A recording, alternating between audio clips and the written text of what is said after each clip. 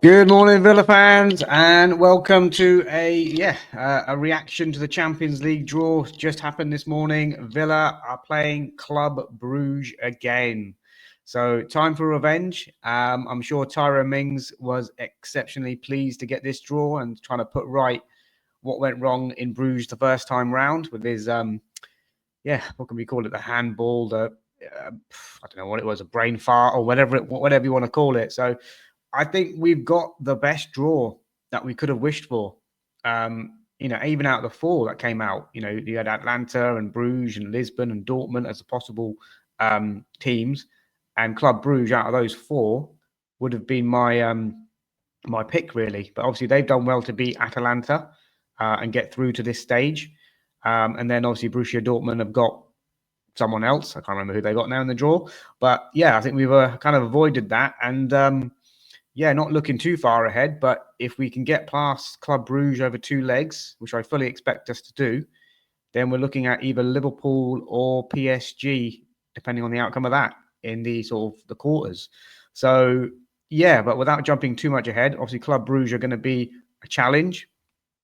They beat us. We played horribly in that game. I think since that sort of Tyrone Mings handball incident, we just couldn't get it out of our heads. Really couldn't. But we've obviously added to the team since then. We had a few outgoings as well, like Duran leaving, but we've had Rashford, Asensio, and Marlon can't play in this, can he? Because he's not registered. But we've got Rashford and Asensio that can come into the squad for sure for this game. And I'm sure that they'll make a good impact. And obviously the first leg being in Bruges, and then bringing it back to Villa Park is also a massive, massive plus as well. So we've got that kind of in our favour too. So as long as we don't duff it up in Bruges, then we should be okay. But from the first game, I don't think Bruges had that much. I think they had a couple of players missing. They're beating Atalanta, which is a good result because Atalanta are, I think they won the Europa League last season, and they're a club on the up. But they beat them. They had a young Belgian called Talbi who got 2 goals in that game, and he looks like a real bright spark for them. But I think I've talked about this before. Bruges are a side that will bring in players and then sort of sell them on for kind of massive profits. That's just their model and how they work. And I fully expect that to kind of continue. It gives us another chance to look at Joel Ordonez as well, the 20-year-old. I think he's Ecuadorian centre back that they've got, or Colombian centre back, but he looks like a really decent player and someone that I've sort of said that Villa could be looking at in the summer. So it gives us another 2 games to kind of have a closer look at him because he did really well against Ollie Watkins in the first game. So it'll be interesting to see how he gets on. They've got a few experienced heads in their team as well. Mignolet in goal, Van Aken, who scored that penalty. So they've got some dangerous players definitely in their lineup. So we can't take it lightly. But you must say this is quite a favourable draw for Aston Villa in the last 16 of a Champions League. And what this means kind of money-wise, hopefully somebody in the comments can answer this, I'm not sure. But I heard that Celtic got sort of close to 30 million for losing the playoff game against Bayern Munich, just about in the end, that one. But I'm not sure what the money situation would say for us to win this last 16 game. How much would we get? And all of that money is, helping towards the PSR point of view as well. And, could hopefully help us to attract better players, keep players as well. Because, if we're not going to make Champions League this season via the league, which is looking increasingly unlikely, then, there is that question about the PSR side of things. And do we need to sell another big name in the summer like we had to do with Dougie Luiz summer just gone? So having this extra revenue coming in is going to be very, very important. And if we can get past Club Brugge, play against Liverpool or PSG, I mean, that game is going to be worth a lot more money as well. So it just keeps snowballing in terms of the PSR point of view. But on the pitch, I mean, yeah, you've got to be excited by this. You've got to feel confident about it, that we can, go to Bruges, get something there perhaps, even if it's a draw, fine. Bring it back to Villa Park. Evening games at Villa Park hit differently. And, we've seen that. The atmosphere builds, the excitement in the crowd, the Champions League anthem ringing around.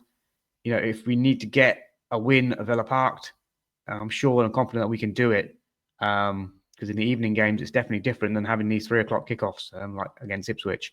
And hopefully by then, I think this fixture's taking place on like the 3rd of March. So we've got, what's that, 2 and a bit weeks. We've got a few games in between then.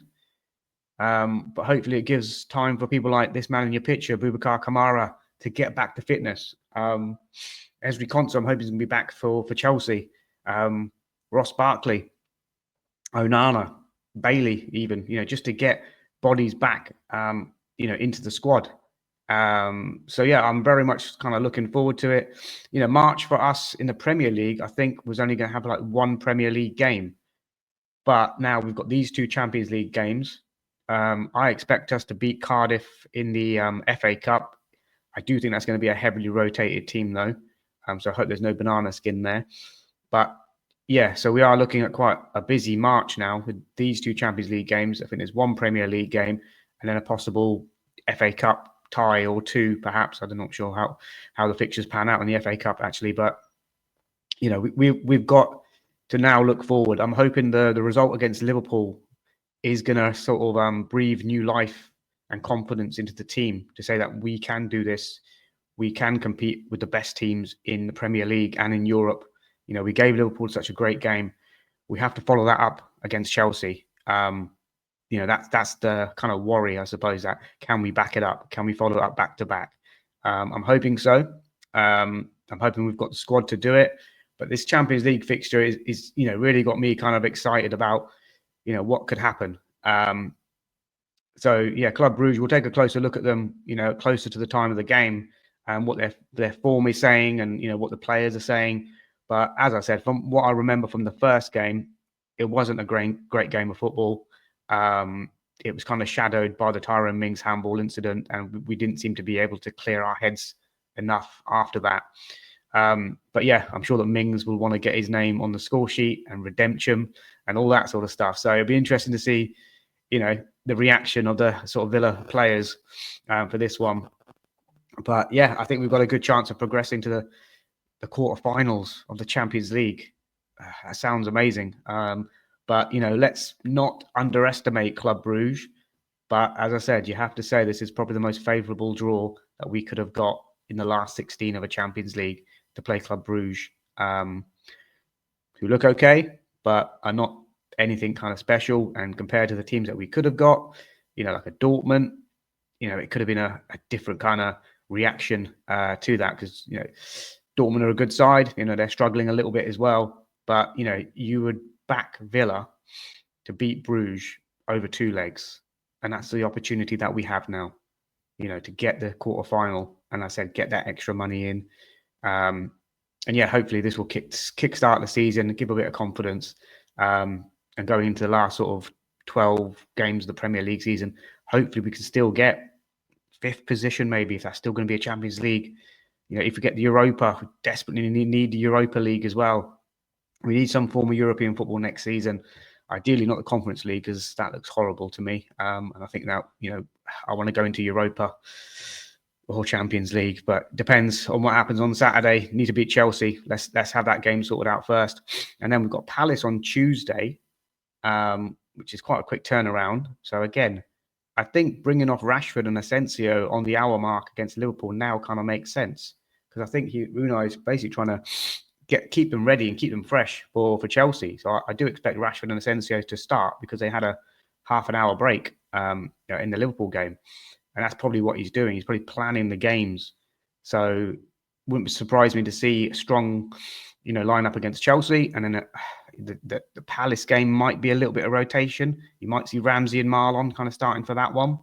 And then the FA Cup game against Cardiff, I probably think like Bogard will come in, Olsen will come in.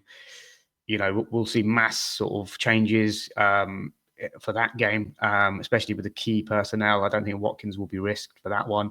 I don't even think Mings will be risked for that one. I think we'll go with, there might be a few academy players sort of stepping up in that game. But yeah, let's see. We'll talk about that nearer the time as well. But yeah, absolutely buzzing for the Champions League draw. Happy with everything there. Guys, let me know your thoughts. What are your score predictions on this one? What are your thoughts on Club Brugge? What are your thoughts on the first game that we played with them? And, is this going to be our pathway to the quarterfinal of the Champions League? Wow. Come on, Villa. Up the Villa. Enjoy the rest of your day, guys. Bye bye.